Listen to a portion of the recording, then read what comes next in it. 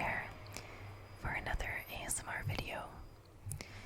And again, I'm going to be reading from the Book of Unsolved Mysteries. This time we're starting with William Desmond Taylor, which is on page 19. Alright. The murder of actor, director William Desmond Taylor was like something out of an Agatha Christie novel, complete with a handsome, debonair victim, and multiple suspects, each with a motive. But unlike Christie's novels, in which the murderer was always unmasked, Taylor's death remains unsolved nearly 100 years later.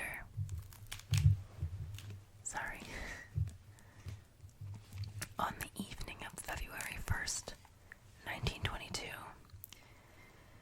Taylor was shot in the back by an unknown assailant. His body was discovered the next morning by a servant, Henry Peavy. News of Taylor's demise spread quickly, and several individuals, including officials from Paramount Studios, where Taylor was employed, raced to the dead man's home to clear it of anything incriminating, such as illegal liquor, evidence of drug use, illicit correspondence, and signs of sexual indiscretion. However, no one called the police until later in the morning. Numerous suspects, soon an eclectic array of potential suspects came to light, including Taylor's former butler, Edward F. Sands, who had gone missing before the murder, popular movie comedian Mabel Normand, whom Taylor had entertained the evening of his death, actress Mary Miles Minter, who had a passionate crush on the handsome director, who was 28 years her senior, and Charlotte Shelby, Minter's mother, who often wielded a gun to protect her daughter's tarnished honor. Taylor's murder was the last thing Hollywood needed at the time, coming as it did on the heels of rape allegations against popular film comedian Fatty Arbuckle. That's nothing compared to the allegations happening today. Just saying. Scandals brought undue attention on Hollywood, and the Arbuckle story had taken its toll, but the tabloid press had a field day. A variety of personal foibles were made public in the weeks that followed, and both Normand and Minter saw their careers come to a screeching halt. Little evidence. Police interviewed many of Taylor's friends and colleagues, including all potential suspects. However, there was no evidence to incriminate anyone specifically, and no one was formally charged. Investigators and amateur sleuths pursued the case for years. Sands was long a prime suspect based on his criminal past and his estrangement from the victim, but it was later revealed that on the day of the murder, Sands had signed in for work at a lumber yard in Oakland, California, some 400 miles away, and thus could not have committed the crime. I mean, he could have had someone else sign in for him, right? Whatever. Coming in second was Shelby, whose temper and threats were legendary. Shelby's own acting career had fizzled out early, and all of her hopes for stardom were pinned on her daughter.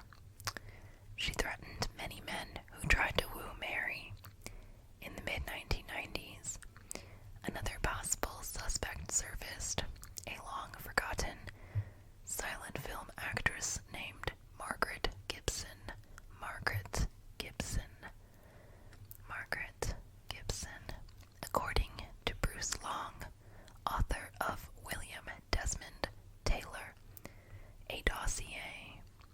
Gibson confessed to a friend on her deathbed in 1964 that years before she had killed a man named William Desmond Taylor. However, the woman to whom Gibson cleared her conscience didn't know who Taylor was and thought nothing more about it. The mystery continues. Could Margaret Gibson, aka Pat Lewis, be Taylor's murderer? She had acted with Taylor in the Hollywood in the early 1910s.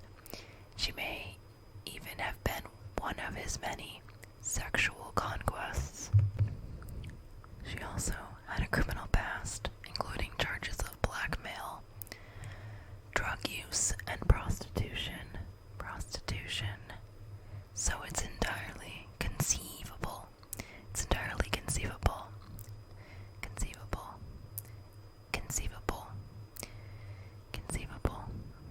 I can't help myself. It's conceivable that she was a member of a group trying to extort money from the director, a popular theory among investigators. But according to an earlier book, A Cast of Killers by Sidney D. Kirkpatrick, veteran Hollywood director King Vidor had investigated the murder as material for a film script, and though his research believed Shelby was the murderer, but out of respect for Minter, he never did anything about it. Oof. Ultimately, however, we may never know for certain who killed William Desmond Taylor, or why. The case is long grown cold, and anyone with specific knowledge of the murder is likely dead. Unlike a Hollywood thriller in which the killer is revealed at the end, Taylor's death is a macabre puzzle that likely will never be solved. That is depressing. Okay.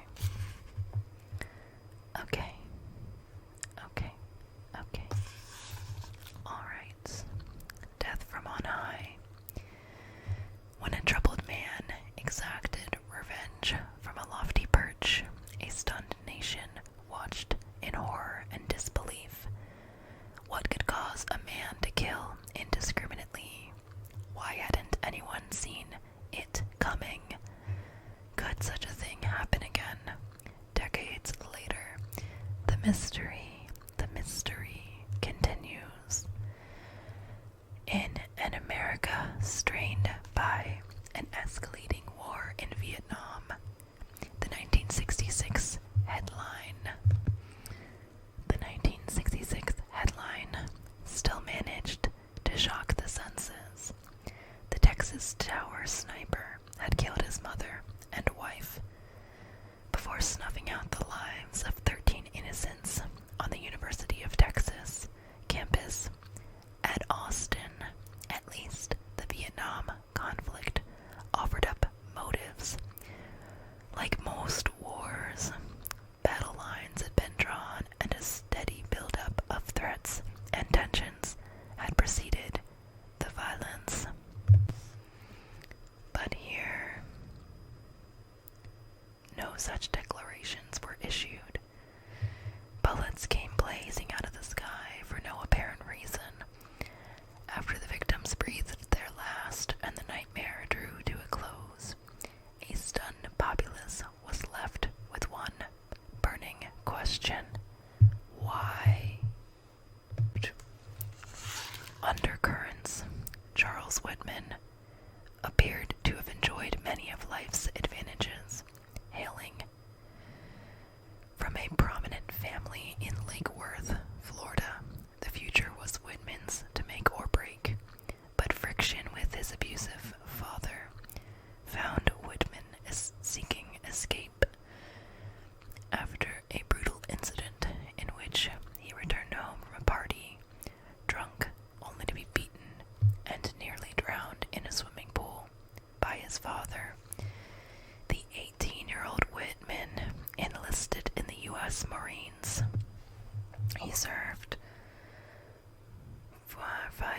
years, distinguishing himself with a sharpshooter's badge. After that, he attended college at UT during that period. He also married his girlfriend, Kathy Lessner. Whitman's life plan appeared to be straightforward. After obtaining a scholarship, he would seek an engineering degree, hoping to follow it up with acceptance at officers' candidate school, but things did not go as planned. Opportunity lost. After leaving the military, Whitman worked toward a variety of goals in and out of school. Unfortunately, the ex-Marine was fraught with failure, and his frustrations multiplied in the spring of 1966. Whitman sought the help of UT psychiatrist Dr. Maurice Dean Heatley. In a moment of ominous foretelling, Whitman remarked that he fantasized going up on the campus tower with a deer rifle and shooting people. The doctor, having heard similar threats in the past, was mostly unimpressed, since Whitman hadn't previously exhibited violent behavior. Heatley took his statement as nothing more than an idle threat. Surprise assault. During the wee hours of August 1st, 1966, Whitman's demons finally won out, and his killing spree began. For reasons still uncertain, the murderer kicked off his blood quest by first stabbing his mother in her apartment and his wife while she slept. Both died from the injuries. Whitman then made his way to the UT campus and ascended the soon-to-be infamous tower. At his side, he had enough provisions, weapons, and ammo to hole up indefinitely. Just before noon, he lifted a high-powered rifle and began shooting.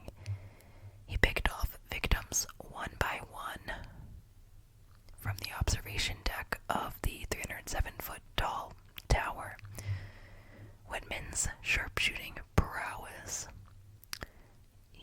He once scored 215 points out of a possible 250 in target practice. Anyways, his sharpshooting prowess added to the danger. When people finally realized that what was happening, quite a few had already been cut down. Lives cut short as the attacks progressed.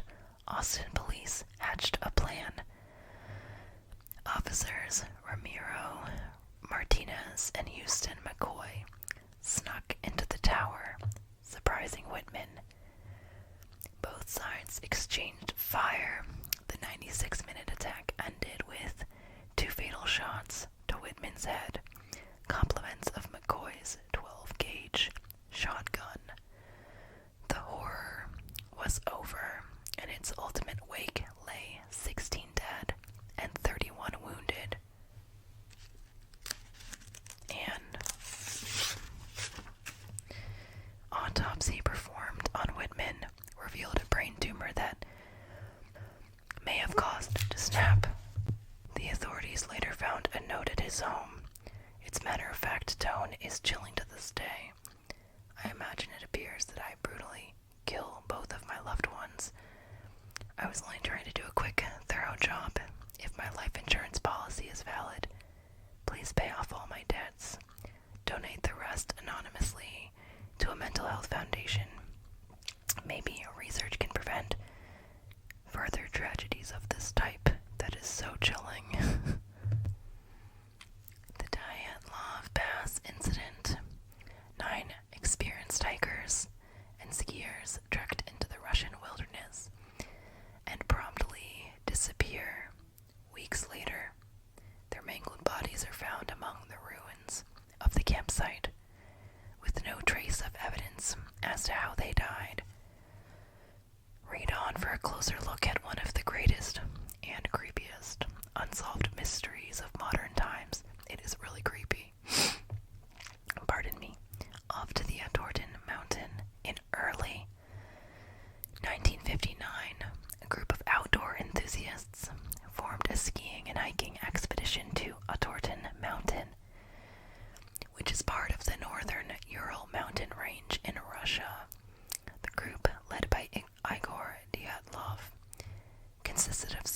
other men and 2 women, Yuri Doroshenko, Georgy Grivonishenko, Alexander Kolivatov, Rustam Slobodin, Nicholas Theobox-Brezhnev, Yuri Yudin, Alexander Zolotaryov, Lyudmila Dubinina, and Zinaida Kolmogorova.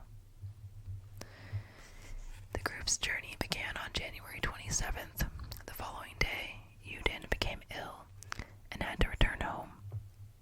It would be the last time he would see his friends alive. Using personal photographs and journals belonging to the members of the ski trip to piece together the chain of events, it appeared as though on February 1st, the group got disoriented, making their way to Otorten Mountain and ended up heading too far to the west. Once they realized they were heading in the wrong direction, the decision was made to simply set up camp for the night. What happened next is a mystery to this day. Mountain of the Dead. Mountain of the Dead. When no word had been heard from the group by February 20th, 8 days after their planned return, a group of volunteers organized a search. On February 26th, they found the group's abandoned campsite on the east side of the mountain Kolatsaikal. Sorry, I'm probably pronouncing that wrong. As if the story were written by a horror novelist, Kolatsaikal happens to mean Mountain of the Dead in the Mansi language. The search team found a badly damaged tent that appeared to have been ripped open from the inside. They also found several sets of footprints. Following the trail of footprints, searchers discovered the bodies of Grivonishenko and Doroshenko, shoeless and dressed only in their underwear. 3 more bodies, those belonging to Dyatlov, Kolmogorova, and Slobodin, were found nearby. It was later determined that all 5 had died from hypothermia. On May 4th, the bodies of the 4 other hikers were recovered in the woods near where the bodies of Grivonishenko and Doroshenko had been found. The discovery of these 4 raised even more questions. Let's begin with the Theobox-Brezhnev's skull had been crushed, and both Dubinina and Zolotaryov had major chest fractures. The force needed to cause these wounds was compared to that of a high-speed car crash. Oddly, Dubinina's tongue appeared to have been ripped out. It's so creepy. Looking at the evidence, it appeared as though all 9 members had bedded down for the night, only to be woken up by something so frightening that they all quickly left the tent and ran into the freezing cold night. One by one, they either froze to death or else succumbed to their injuries. The cause of which was never determined remains a mystery. Things got even stranger at the funerals for the 9 individuals. Family members would later remark that some of the deceased's skin had become orange and their hair had turned gray. Medical tests and a Geiger counter brought to the site showed some of the bodies had high levels of radiation. So what happened to the hikers? Authorities eventually concluded that an unknown compelling force caused the deaths. The case would be officially closed in the spring of 1959 due to the absence of a guilty party. Stories and theories still abound, pointing to everything from the Russian government covering up secret military exercises in the area to violent UFO encounters. Today, the area where the 9 hikers met their untimely demise is known as Dyatlov Pass, after the leader of the ill-fated